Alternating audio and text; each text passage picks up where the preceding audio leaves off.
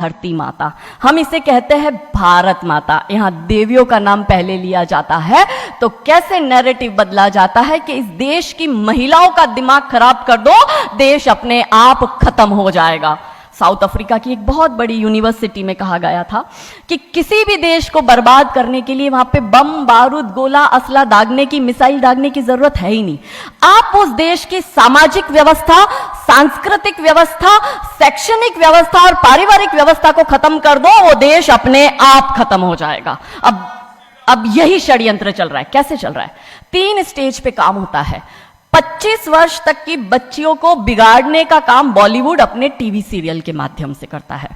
25 से 35 वर्ष की शादीशुदा महिलाओं का जीवन और उनके परिवार को बर्बाद करने का काम एकता कपूर जैसी महिलाएं अपने टीवी सीरियल के माध्यम से करती है। और जो नौकरी करती हुई बहन, बेटियां, महिलाएं हैं, जो कि वर्किंग विमेन हैं, उनका दिमाग खराब करने का काम ये ओटीटी प्लेटफॉर्म्स अपने वेब सीरीज के माध्यम से करता है। कैसे करता है, मैं संक्षिप्त में एक एक उदाहरण देकर आपके समक्ष रखूंगी। और बहुत जरूरी है कि जब हम तो एक साधारण व्यक्ति है, हम संसारिक जीवन में रहते हैं, लेकिन यहाँ पर जो उपस्थित हमारे संतगण है, महंतगण है, इनके बहुत बड़ा फॉलोअर्स ग्रुप रहता है, बहुत से लोग आते हैं, बहुत सी महिलाएं आती है। ये बात वहां तक पहुंचे क्योंकि वो यहाँ पर उपस्थित नहीं है, पर हमें पता है कि वीडियो के माध्यम से हमारे संत श्री, हमारे महंत श्री हमारी ये वाणी जो है उन तक पहुंचाएंगे कि कैसे करते हैं। ये एक फिल्म बनाते हैं 25 वर्ष तक की बच्चियों को कैसे बिगाड़ना है। हिंदुओं के परिवारों को बिगाड़ने के, तोड़ने के षड्यंत्र चल रहे हैं। और सिर्फ एक हिंदू को नहीं खराब करना है, उसके पूरे के पूरे कुटुंब को बर्बाद कर देना है।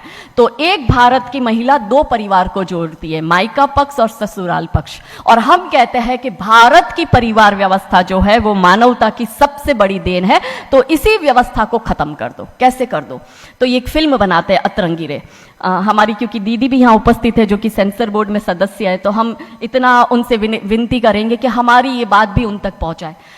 सिस्टमैटिकली ये फिल्मों में लड़की दिखाएंगे हिंदू की, लड़का दिखाएंगे मियाँ भाई का, और उसमें भी दिखाएंगे कि वो लड़का चाहे अनपढ़ हो, चाहे गवार हो, चाहे आतंकवादी हो, चाहे पंचर छाप हो, और वो हिंदू की लड़की चाहे कितनी पढ़ी लिखी हो, लेकिन उसका परिवार जो है वो रूढ़िवादी है, वो रिग्रेसिव है, और उसके सामने यदि वो घोड़ा भी चला रहा है, खच्चर टट्टू भी चला रहा है, तो वो बड़ा प्रोग्रेसिव है, वो बड़ा संस्कारी है। कैसे करते हैं? ये एक फिल्म बनाते हैं अतरंगी रे। अतरंगी रे फिल्म में जो कि आज की युवा बच्चियों का लेटेस्ट क्रश है, सारा अली खान हीरोइन लेते हैं। हमारी युवा बच्ची इसको फॉलो करती है। उसमें यह दिखाते हैं कि सारा अली खान जो एक मुस्लिम लड़के के प्यार में पड़ जाती है और अपने परिवार से विरोध कर उनसे लड़ झगड़ कर ट्रेन में बैठकर वो भाग जाती है। उसी ट्रेन में एक संवाद होता है उस पिक्चर के हीरो का और उसी हीरोइन का। दोनों अपनी अपनी लव स्टोरी शेयर करते हैं। तो हीरोइन पूछती है हीरो को कि तुम्हारी लव स्टोरी बताओ। तो वो कहता है कि कल मेरी शादी होने वाली, और लव स्टोरी तो मेरी लव स्टोरी है कि मैंने बचपन से जिस लड़की से प्यार किया, जिसके साथ पढ़ाई की, जिसके साथ मैं बढ़ा हुआ, उसी लड़की से, मेरी बचपन की मित्र जो मेरे समाज की है, जो मेरे गांव की है, उसके साथ ही मेरी शादी होने वाली है। तो वो हीरोइन कहती है अरे ये और कोई लव स्टोरी है? ये लव स्टोरी नहीं हो सकती। तो हीरो पूछता है तो फिर क्या हो सकती है लव स्टोरी? तो वो कहती है कि मैंने एक मुस्लिम लड़के से प्यार किया है, मैं ठाकुरों की लड़की हूं, पूरा समाज, पूरा घर, पूरा परिवार मेरे खिलाफ है, और मैं उन सबको ठोकर मारकर, उनकी भावनाओं को ठोकर मारकर अभी ट्रेन में बैठकर भाग रही हूं उस लड़के से शादी करने के लिए। और वो हीरोइन वहां पे डायलॉग देती है कि लव स्टोरी तो मेरी लव स्टोरी है कि मैं ठाकुर की लड़की और वो कतई मियाँ भाई, और ये है असली लव स्टोरी। तब हमारी 13, 14, 15 साल की युवा बच्ची, जिसके शरीर में हार्मोन्स चेंज होते हैं, आकर्षण होता है विपरीत व्यक्ति के लिए, तब वो आकर्षण में ये सोचती है कि हिंदुओं के हिंदू बॉयफ्रेंड नहीं रखना, हिंदू हो के हिंदू से प्यार नहीं करना। आप इतिहास में छपेगी, आपकी लव स्टोरी तभी बनेगी जब आप किसी मियाँ भाई से प्यार करेगी और उससे शादी करेगी। तो कैसे सिस्टमैटिकली ये स्लो पॉइजन बॉलीवुड की फिल्मों के माध्यम से फ्रेजाइल माइंड में डाला जा रहा है। और आज देखो कि क्यों समाज में लव जिहाद के इतने केस बन रहे हैं, और उसका सबसे बड़ा और मुख्य कारण बॉलीवुड है।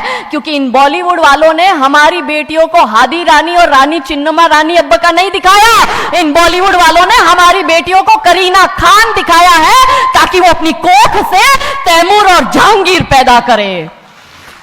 ये बॉलीवुड वाले लव स्टोरी पर फिल्म बनानी है तो ये हादी रानी और राजा रावत सिंह चुड़ावत पर क्यों नहीं बनाते? मैं आपको उनकी कथा शॉर्ट में करती हूं कि राजा रावत का शादी जो होता है वो हदी रानी से होता है, मेवाड़ के राजा है, और औरंगजेब की सेना आक्रमण करने आती है। और जब औरंगजेब की सेना आती है तो राजा रावत सिंह का 2 दिन पहले ही विवाह हुआ होता है हादी रानी से। तो राजा जी की इच्छा नहीं होती कि मैं युद्ध लड़ने जाऊं, तो हादी रानी बड़े क्रोधित होते हैं। वो कहते तुम मेरी चिंता छोड़ो, तुम अभी इस मातृभूमि की रक्षा के लिए, इस धर्म की रक्षा के लिए आप युद्ध भूमि में जाओ और आप मेरी चिंता मत करना। यदि आप बलिदान भी हो जाओगे तो मैं प्राउडली अपने आप को आपकी विधवा कहूंगी। तब राजा रावत युद्ध लड़ने जाते हैं। युद्ध भूमि में राजा रावत जी को हादी रानी की बहुत याद आती है, क्योंकि नई नई शादी हुई होती है तो नई बियाई दुल्हन को छोड़ के आए होते हैं, तो बहुत याद करते हैं। तो वो अपने दूत को कहते हैं, अभी सेना आने में समय होता है और युद्ध में भी समय होता है, तो वो कहते हैं अपने दूत को कि जा तू रानी सा के पास जा महल में और उनसे कहे कि राजा जी को आपकी बहुत याद आ रही है, आप अपनी कोई एक निशानी उनके लिए भेजो। दूत भी बड़ा टेंशन में आ गया कि ये युद्ध भूमि में बैठे और इनको हादी रानी की याद आ रही है, ये युद्ध लड़ेंगे कैसे और जीतेंगे कैसे। पर वो दूत डरते डरते पहुंचा रानी सा के पास और रानी सा को कहता है कि राजा रावत जी ने आपकी एक निशानी मंगाई है, उनको आपकी बहुत याद आ रही है। तो रानी सा बहुत क्रोधित हो जाते कि ये मेरा पति कैसा, ये युद्ध लड़ेगा कैसे, औरंगजेब की इतनी बड़ी विशाल सेना है, यदि जहां युद्ध भूमि में बैठकर उसको रणनीति बनानी है वहां वो मेरी निशानी मंगवा रहा है। तब हमारी हादी रानी क्रोधित होती है, हाथ में तलवार लेती है, अपनी गर्दन काटती है, थाल में सजा के दूत को देती है और कहती है जा तेरे राजा को जाके दे देना मेरी निशानी।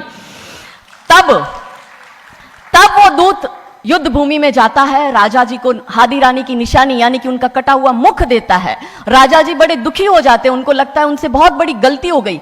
राजा जी रानी की अंतिम इच्छा समझ जाते हैं। रानी जी के लंबे बाल होते हैं, उन बाल की वो माला बनाते हैं, उनके मुख की माला बनाते, वो युद्ध लड़ते हैं, औरंगजेब से युद्ध जीतते हैं। और जीतने के बाद राजा रावत वहीं युद्ध भूमि में अपना बलिदान देते, अपनी गर्दन काटकर वहीं अपने जीवन का त्याग करते हैं। यह है लव स्टोरी।